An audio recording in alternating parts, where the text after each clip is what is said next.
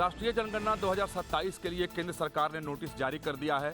साथ ही 40 सवालों की फहरिस्त को भी सार्वजनिक कर दिया है। जब जनगणना कर्मी घर पहुंचेंगे तो 40 सवाल पूछेंगे और जवाब को दर्ज करेंगे, जिसमें नाम क्या है, परिवार की स्थिति क्या है, माता पिता पत्नी बच्चों सबके बारे में जानकारी ली जाएगी और उसे दर्ज किया जाएगा। साथ ही आर्थिक स्थिति को भी दर्ज किया जाएगा। अपना घर है या किराए में रहते हैं, कमाई क्या है, घर के अंदर सामान क्या है, इन 40 सवालों में सबको समेट दिया गया है। लेकिन एक 10वें नंबर का सवाल काफ़ी महत्वपूर्ण है, वो है जाति पूछने को लेकर। काफ़ी दिनों से इस देश में राजनीति इस बात को लेकर के हो रही थी और राजनीति का तापमान बढ़ जा रहा था कि आखिर जातीय जनगणना कब कराई जाएगी।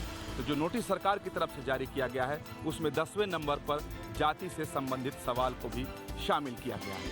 उसमें 10वें नंबर पर निगाह डालें तो SC ST के साथ साथ ऑब्लिक लगाकर जाति लिखी हुई है, यानी जब मतगणना कर्मी घर पहुंचेंगे किसी के तो सारी जानकारी जुटाने के साथ साथ वो जाति भी पूछेंगे। सहयोगी राकेश रावत के साथ विकास चंद्र, न्यूज स्टेट उत्तर प्रदेश उत्तराखंड।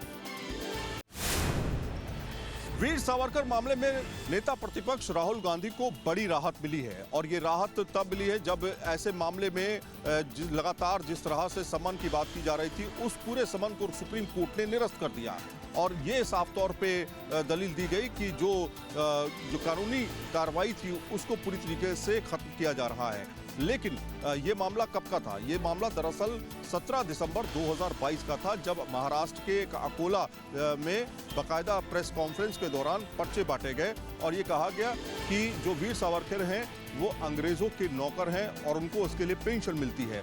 इसको देखते हुए एक याचिकाकर्ता ने, जो वकील थे लखनऊ में, उन्होंने बाकायदा इस मामले को कोर्ट तक वो लेके गए और उस कोर्ट के जरिए जो है 153A की धारा के तहत उनके ऊपर मुकदमा करने की बात की गई। लेकिन लगातार ये मामला चलता रहा और उसके बाद समन भी हुए, राहुल गांधी लखनऊ भी गए, लेकिन अब जो है सुप्रीम कोर्ट ने इस पूरे मामले को निरस्त कर दिया है। जाहिर तौर पर इस मामले से सुप्रीम कोर्ट से जो राहत मिली है वो राहुल गांधी के लिए एक बड़ी राहत के तौर पर देखा जा रहा है। वीडियो कुलदीप बालियान के साथ सईद आमिर, दिल्ली।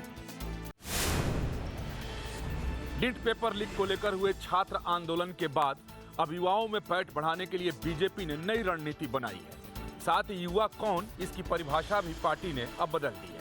18 साल के बजाय अब 14 साल से लेकर 29 साल के युवा वर्ग में बीजेपी अभियान चलाएगी और उनसे संवाद करेगी। संवाद 2 स्तरों पर होगी, क्योंकि जेनजी सोशल मीडिया पर एक्टिव है, डिजिटली संवाद करता है, तो उसमें भी बीजेपी 2 तरफा संवाद करेगी। साथ ही उनके बीच में जाकर भी उनकी बातों को सुनने की तैयारी पार्टी ने की है। इसके लिए अपने सभी जनप्रतिनिधियों को जिम्मेदारी बीजेपी ने दी है कि जिसके क्षेत्र में जो भी कॉलेज, यूनिवर्सिटी, कोचिंग या युवा क्लब है वहां वो जाएं, बगैर किसी पार्टी के झंडे बैनर के, बिना मीडिया के, और उनसे उनकी बात करें, यानी उनकी समस्या पर चर्चा करें और जानने और समझने की कोशिश करें कि जेन जी चाहता क्या है। नारकोटिक्स कंट्रोल ब्यूरो को एक बड़ी कामयाबी हासिल हुई है, क्योंकि ड्रग्स तस्करी का top leader, top mastermind Virendra Singh Basoya हाथ लग गया है और उसे यूएई से रिपोर्ट करके बाकायदा भारत लाया गया है एयर इंडिया की फ्लाइट से। इसके बारे में जानकारी गृह मंत्री अमित शाह ने दी और इसके बारे में बाकायदा एक्स पे पोस्ट किया कि अब नशेड़ियों की खासतौर पे और नशा तस्करों की खैर नहीं है और उनको ढूंढा जा रहा है। यूएई से बाकायदा इसको भारत लाया गया है। जो नशा तस्कर हैं, खासतौर पे ड्रग माफिया हैं, इनमें लगातार जिस तरह से बढ़ोतरी हो रही थी और ये जो वीरेंद्र सिंह बसोया है ये पूरा अपना नेक्सस चलाता था और कई जगहों पर ये सप्लाई करता था, एक पूरी चेन के साथ ही काम करता था। इस पर लगातार एनसीबी की नज़र थी और एक बड़ी कामयाबी जो है वो हाथ लगी है। बाइक टैक्सी को लेकर के लगातार सवाल उठाए जा रहे हैं, खासतौर पर महिलाओं की सुरक्षा को लेकर के, क्योंकि कई बार ऐसा होता है कि राइड जब बुक की जाती है तो बाइक कमर्शियल नहीं होती, प्राइवेट होती है, लाइसेंस किसी और व्यक्ति का होता है और बाइक से कोई और आता है, राइड कैंसिल कर दी जाती है। रूट को इस तरीके से ट्रैक किया जाता है कि कई बार सुनसान इलाके में भी महिलाओं को छोड़ा गया। लड़कियों को लेकर भी अलग तरह की समस्याएं होती हैं, कोई यहाँ पे पैनिक बटन नहीं है। वर्किंग वीमेन कैसे सोचती हैं, क्योंकि लास्ट माइल कनेक्टिविटी के लिए बाइक्स बेहद महत्वपूर्ण है। ओला, उबर और बहुत सारी जो कंपनीज हैं वो बाइक्स का इस्तेमाल कर रही है अब, लेकिन वो कितनी सेफ है? मैम, आपसे जानना चाहेंगे आपका एक्सपीरियंस पर्सनल कैसा रहा था बाइक सर्विस को लेकर या बाइक टैक्सी को? वैसे तो मैं ज़्यादा ये बाइक और उबर से ट्रैवल नहीं करती, बट जब भी ट्रैवल करती हूँ तो मुझे इशू जो है फेस करना पड़ा है। जैसे कभी मैंने बुक की है अगर कोई बाइक, उबर बाइक या उबर कैब, तो सबसे पहले वो कॉल करके पूछते हैं कि मैम कहाँ पर जाना है। अगर उनके मनपसंद का प्लेस नहीं होता है तो वो राइड अपने आप से कैंसिल कर देते हैं। या जैसे अभी आजकल बारिश का इशू चल रहा है, तो बारिश के इशू में अगर मतलब वो ऑलरेडी उस ऐप पे पैसा बढ़कर आता है, तो उस पैसे के मतलब कि डिटेल्स के बाद भी वो लोग कॉल करके बोलते हैं कि हमें 50 से 100 रुपये एक्स्ट्रा चाहिए इतने ही जगह का, जबकि उसमें ऑलरेडी पैसा बढ़ा के वो देता है। तो ये दो इशू मेरे को मेनली फेस करने पड़े हैं। अभी रिसेंटली मैंने एक ऑटो बुक किया था, क्योंकि मॉर्निंग में ऑफिस आना जाना होता है तो ऑटो बुक करती हूँ। तो ऑटो की जगह ई रिक्शा था, तो मैंने ऑब्जेक्शन किया कि भाई मैंने तो ऑटो बुक किया है, लेकिन चूँकि रेनी सीज़न है, अब इतनी देर वेट करने के बाद दिखा रहा होता है 5 मिनट, आता है 15-15 मिनट में, और उसमें भी ई रिक्शा आया, तो कैंसिल करना भी अपना ऑफिस और लेट होना है। तो ये इशू है। दूसरा ये इशू होता है जो आप अभी बता रहे थे कि गाड़ी का नंबर जब हम बुक करते हैं तो कुछ और होता है, और वो लोकेशन पे खड़ा होता है, वेटिंग टाइम जो जितना मिलता है उससे एक्सीड कर जाता है, उसका रेंट हमारा बढ़ जाता है। हम देखते हैं कि कौन सा नंबर है, वो हमें डिस्प्ले में आता ही नहीं, कोई और ही नंबर लेकर आता है। हाँ, सिर्फ ओला, उबर, भारत टैक्सी, रैपिडो जैसी कंपनीज के साथ दिल्ली पुलिस या अलग अलग राज्यों की पुलिस को मिलकर काम करना ज़रूरी है, बल्कि महिलाएं सुरक्षित महसूस करें, इसके लिए बाइक ड्राइवर की, उनके राइडर की अपनी ट्रेनिंग से लेकर के और बाकी सेफ्टी मैकेनिज्म पर काम करना बेहद ज़रूरी है। क्योंकि नोएडा से लेकर दिल्ली तक बाइक राइड को लेकर, बाइक टैक्सी को लेकर के बहुत से सवाल खड़े हुए हैं। विभाजन विभीषिका 14 अगस्त स्मृति दिवस, ये वो दिन होता है जब याद किया जाता है कि देश का बंटवारा कैसे और किन हालात में हुआ था। बंटवारे के समय लाखों लोगों की हत्या कर दी जाती है जो लौट कर देश आना चाहते थे, जो आए भी वो बेघर हो गए, उनके लिए समुचित विस्थापित के तौर पर उन्हें कोई यहाँ पर ध्यान और ख्याल नहीं रखा जाता। ये 14 अगस्त का स्मृति दिवस उस बात के लिए भी मनाया जाता है कि बंटवारा क्यों और कैसे हुआ, जिन लोगों की उस वक्त सरकार थी उन्होंने विस्थापितों के लिए क्यों कुछ नहीं किया गया, और वर्तमान के साथ भविष्य की इस पीढ़ी को याद दिलाने के लिए भी ये जरूरी होता है कि बंटवारे की सच्चाई को जाने, उस वक्त की त्रासदी को जाने। और आज उत्तर प्रदेश की राजधानी लखनऊ में न सिर्फ मुख्यमंत्री योगी आदित्यनाथ ने मौन यात्रा किया, लोक भवन में अलग अलग लोगों को सम्मानित भी किया, और प्रदर्शनी के साथ साथ वहाँ पर जिस तरीके के अपने उन्होंने भाषण में कहा भी कि ये विभीषिका हमेशा याद रखनी चाहिए, क्योंकि जब हम अपने इतिहास को जानेंगे तो हम भविष्य को अच्छा और बेहतर बना पाएंगे। बंटवारे की त्रासदी को इसलिए याद रखना चाहिए कि ये बेहद देश के साथ, युवाओं के साथ, परिवारों के साथ एक तौर पर बेहद ऐसा निर्णय था जो कि क्रूर था, जिन्हें बचाया जा सकता था उन्हें मौत के मुंह में डाल दिया गया, और ये बड़ा सवाल हमेशा याद रखना चाहिए। वीडियो जर्नलिस्ट दीपक राणा के साथ आलोक पांडे, न्यूज़ स्टेट, लखनऊ। जंतर मंतर और रांची के बाद अब छात्रों का जो प्रदर्शन है वो बिहार में आ गया है, और गर्दनीबाग में बीपीएससी का मामला हो, दरोगा अभ्यर्थी का मामला हो, या टीआरई के तहत जो शिक्षकों की बहाली होने वाली है, इन तमाम इश्यूज को लेकर के छात्र यहाँ पर आंदोलन कर रहे हैं, और अब वो शिक्षा सत्याग्रह शुरू कर रहे हैं। अगर 70वीं बीपीएससी परीक्षा को लेकर के जिस तरीके से रिजल्ट जारी किया, इन लोगों के बीच में आक्रोश है कि हिंदी के छात्रों के साथ नाइंसाफी की गई है, और यही कारण है कि बीपीएससी के अभ्यर्थी हो या टीआरई 4 के या दरोगा के अभ्यर्थी हो, तमाम एक साथ बैठ करके यहाँ पर शिक्षा सत्याग्रह कर रहे हैं। हम इनसे बात करते हैं। क्या नाम है आपका? सर, मैं एक बीपीएससी के भ्रष्टाचार जो कार्यक्रम चल रहा है उसका पीड़ित एक छात्र हूँ, जो सड़क किनारे इतनी गर्मी में धूल भरी हवा खा रहा हूँ। क्या है आप लोगों का मांग क्या है? मांग सर ये है कि बीपीएससी के जो रिजल्ट में अनियमितताएं देखी जा रही है, उसकी कॉपी का मूल्यांकन ठीक से नहीं हो पाया है। हम लोग सरकार से और कमीशन से ये मांग करते हैं, या तो आप हमारी कॉपी का पुनर्मूल्यांकन करा लीजिए। अगर आपको पुनर्मूल्यांकन कराने में किसी तरह की परेशानी होती है तो फिर से आप एग्जाम को रद्द करके फिर से एग्जाम लीजिए। क्या है? जिनको सर सम्राट सर माननीय मुख्यमंत्री जी का नियुक्ति पत्र दिए हैं, वो लड़का ये रैंक 3 का कॉपी है, रैंक 3। इसका मतलब बहुत हमने सम्राट जी ने जब ट्विटर पे ट्वीट किया तो मैंने वहाँ पे लिखा जा करके कि सर यदि आप अच्छे से एग्जाम होता तो आज मेरिट वाले विद्यार्थियों को आप नियुक्ति पत्र दे रहे होते, आपने धांधली वाले को दिया। मैं सबूत के साथ लगा, ये देखिए सर, ये रैंक 3 का ये कॉपी है। आप देखिए इन्होंने कितना क्वेश्चन छोड़ा है, आप देखिए, एक देख लीजिए, ये दूसरा क्वेश्चन आप देख लीजिए, ये आप तीसरा क्वेश्चन देख लीजिए। हम लोग हवा में कोई आरोप नहीं लगा रहे हैं। ये चौथा क्वेश्चन आप देख लीजिए, ये 5वां क्वेश्चन आप देख लीजिए, खाली है कि नहीं, ये 6ठा क्वेश्चन आप देख लीजिए। बताइए आपकी आधी कॉपी खाली है, आप रैंक 3 हैं।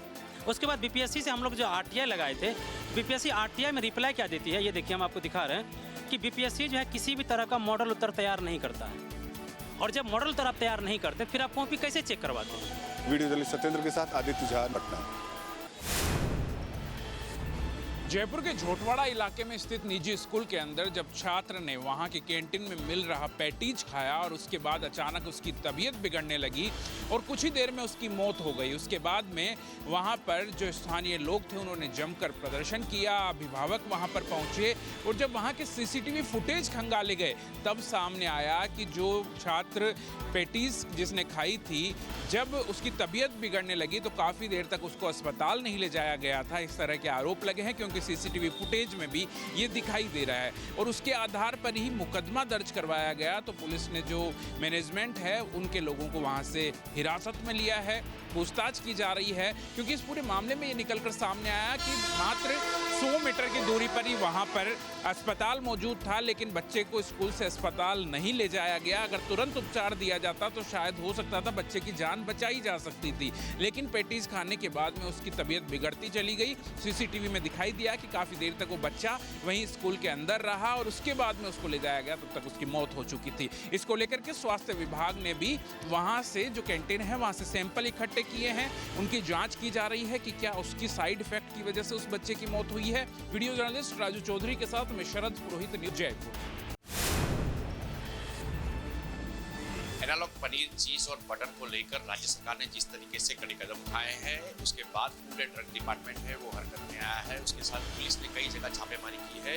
हालांकि करोड़ों रुपए का जो नकली जो सामान है जो मैन्युफैक्चर हो रहा था, वहाँ फैक्ट्रियों पे रेड की गई है, जहाँ गांधीनगर रेंज आईजी जो वीरेंद्र सिंह यादव है उसकी टीम ने 2 जगह छापेमारी करी थी, जहाँ पे छतराल में एक जो फैक्ट्री है वहाँ पे नकली घी और पनीर है वो बनाया जा रहा था।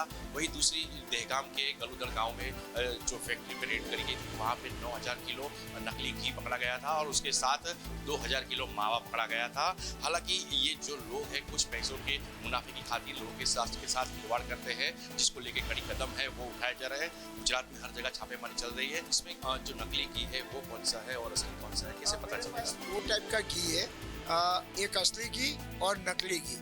लेकिन जो नकली घी है जो वेजिटेबल घी से बना है, तो घी को एक टेस्ट ट्यूब में डाल के फिर उसमें हाइड्रोक्लोरिक एसिड और फॉर्फोरल सॉल्यूशन डालना होता है लेबोरेटरी में। अगर घर पे करना है तो ये ट्रायल हम शुगर के थोड़े से क्यूब डालने से हो सकता है। उसको फिर ऐसे सेक करना होता है विगरसली और उसके बाद रेड कलर आएगा। रेड कलर होगा वो जो बताएगा हमने ये वनस्पति घी है, इसमें वनस्पति घी की मिलावट है। लोग हैं जो अपने घर पे भी इस तरह चेक कर सकते हैं, खास करके लेबोरेटरी में टेस्टिंग होता है उसके बाद कार्रवाई की जाती है। लेकिन ये जो टेस्ट है हम घर पे कर सकते हैं, इसीलिए ये जो टेस्ट है तुरंत ही पता चल जाएगा। ये जो रेड कलर है वो जो होता है वो वनस्पति घी से डुप्लीकेट घी बनाया वो है। जो आप असली समझ के जो घी ला रहे हो वो दरअसल असली है नहीं, ये नकली घी है। हालांकि जांच में अभी जांच पड़ताल चल रही है, कई तरह के और भी जो रिपोर्ट है वो आने वाले हैं। पर जिस तरीके से चंद पैसों के लिए जो लोगों के स्वास्थ्य के साथ खिलवाड़ करते हैं उनको फिलहाल तलाशा जा रहा है। हर जगह छापेमारी है वो चल रही है। इस वक्त हम मौजूद है कापरेन एरिया में, जो शोपियान का एक आखिरी गांव भी है।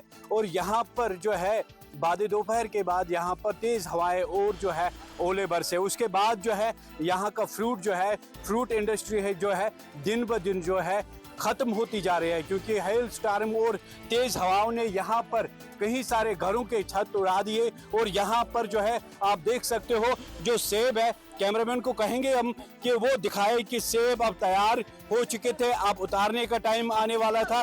तो यहाँ पर जो है करोड़ों रुपयों का नुकसान हुआ है।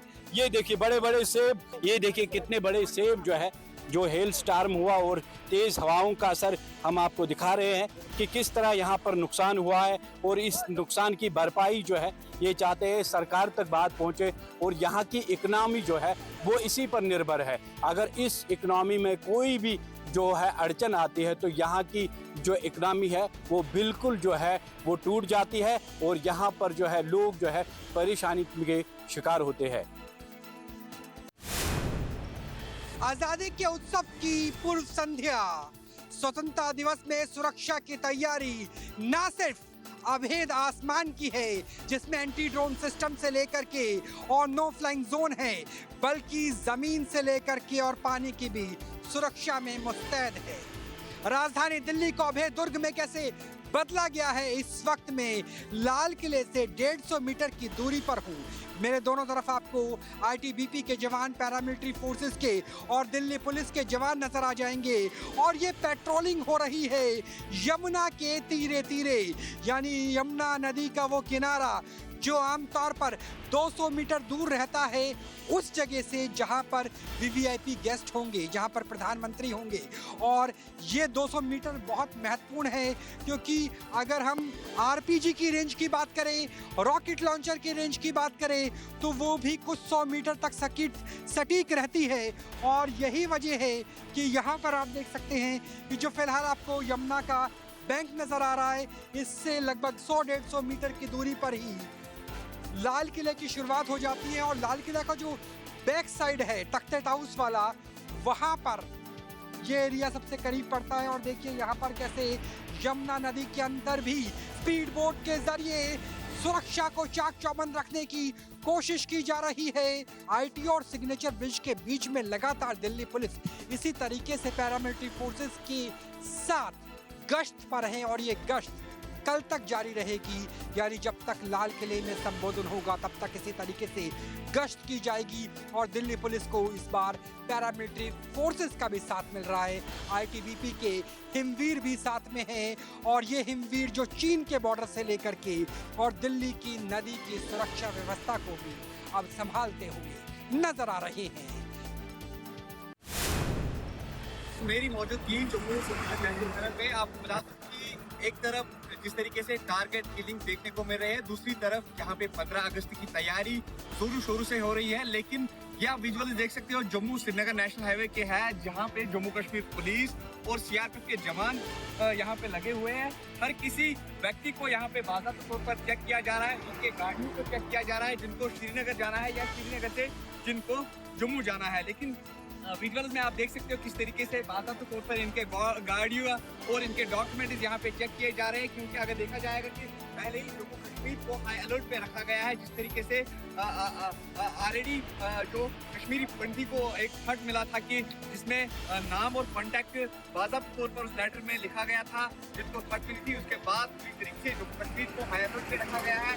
खास करके अगर हम उन जगहों की बात करेंगे जहाँ पे काफी ज्यादा भीड़ रहती है, वहाँ पे सुरक्षा के कड़े बंदोबस्त देखने को मिल रहे हैं। इसी तरीके से अगर हम अलग अलग जगहों की बात करेंगे तो इसी तरीके से बाकायदा तौर पर जम्मू कश्मीर पुलिस, सीआरपीएफ के जवान, आईटीबीपी के जवान बाकायदा तौर पर जगह जगह पे आपको नजर आएंगे। बाकायदा तौर पर हर किसी जगह पे यहाँ पे चेकिंग जो है वो यहाँ पे हो रही है, क्योंकि अगर देखा जाएगा कि जिस तरीके से सिक्योरिटी एजेंसीज को जो है इनपुट मिले थे कि कुछ आतंकवादी जो है वो यहाँ पे जो है हमला करने की कोशिश कर रहे हैं, लेकिन उनको उनकी जो कोशिश है वो यहाँ पे जम्मू कश्मीर पुलिस और इंडियन आर्मी के जवान यही कर रहे हैं कि उनकी जो नापाक हरकत है वो यहाँ पे नहीं होनी चाहिए। क्योंकि एक तरफ जो है 15 अगस्त भी है, कल और दूसरी तरफ देखा जाएगा कि जिस तरीके से जम्मू कश्मीर को हाई अलर्ट पे रखा गया है और अलग अलग जगहों पे अगर हम अनंतनाग के लाल चौक पॉइंट की बात करेंगे, जिस तरीके से जम्मू कश्मीर पुलिस को वहाँ पे निशाना बनाया गया है और उसके बाद जो है साउथ कश्मीर के डिस्ट्रिक्ट कुलगाम में